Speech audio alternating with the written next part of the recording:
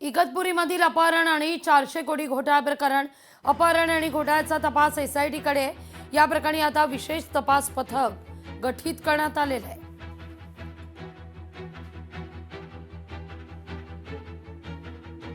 या संदर्भाने त्याला मारहाण केली, त्याला धमकी दिली आणि त्याचं अपहरण केलं। या अनुषंगाने गुन्हा दाखल आहे। त्या गुन्ह्याच्या तपासाच्या अनुषंगाने आतापर्यंत आम्ही 5 आरोपी अटक केलेले आहेत। 5वा आरोपी विराट गांधी हा आज रोजी आम्ही अटक केला आहे। त्याचा 28 तारखेपर्यंत आम्हाला पोलीस कोठडी मिळालेली आहे। संपूर्ण घटनेचा तपास सुरू आहे।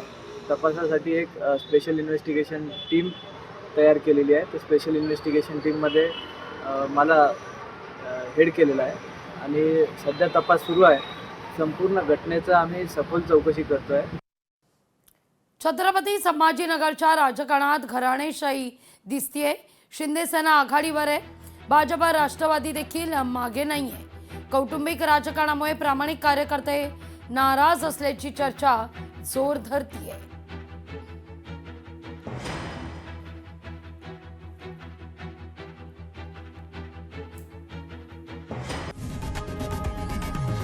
लोकशाही मराठी ऐका, पहा, जागरूक रहा।